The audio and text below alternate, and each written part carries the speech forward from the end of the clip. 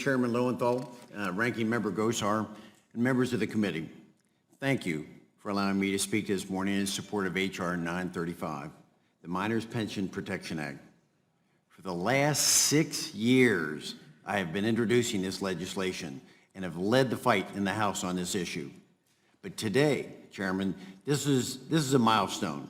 The first committee hearing we've had in the House about the miners' pension crisis. There's an analogy about the miners' pension crisis being like a check engine light on your car dash. For too long, Congress has ignored those blinking engine flashing lights. If we let it go much longer, we risk more damage and costlier fixes. Congress can do the right thing, Chairman. Pass this bill and provide peace of mind to the retirees all across America. Like you said, how did we get here? Let me start by emphasizing the problem with the UMWA pension fund was not caused by the miners. It was not caused by the employers either. This problem was caused a large part by government policy.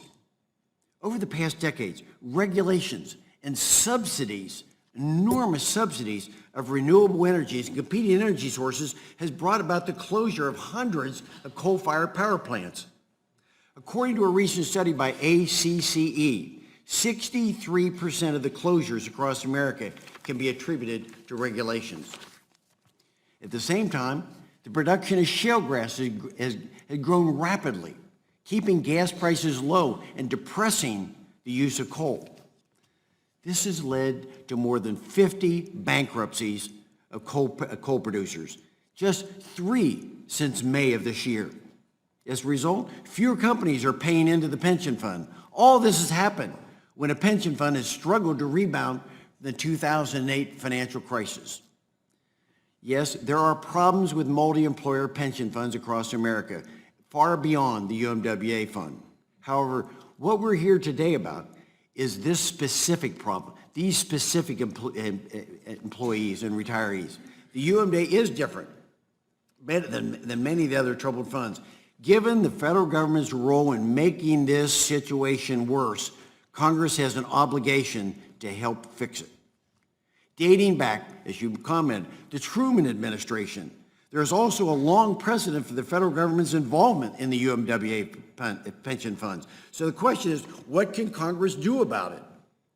If we do nothing, in less than 3 years, the UMWA pension fund will be insolvent. Pensioners would be transferred to the Federal Pension Guarantee Fund, and over 100,000 retirees and widows would see deep benefit cuts.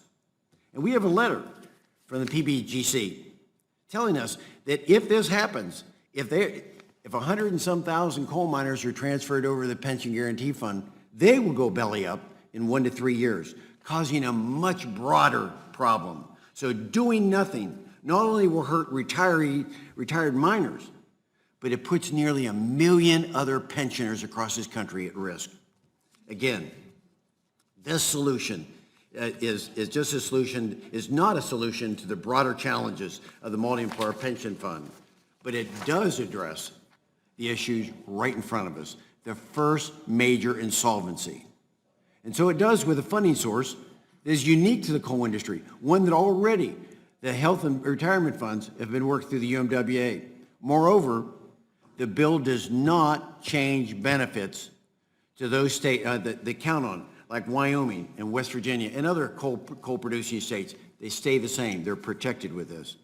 Let's take a step back.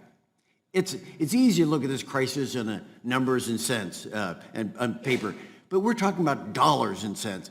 This is about people. Look at the men and women in front of you today, behind me in this room today.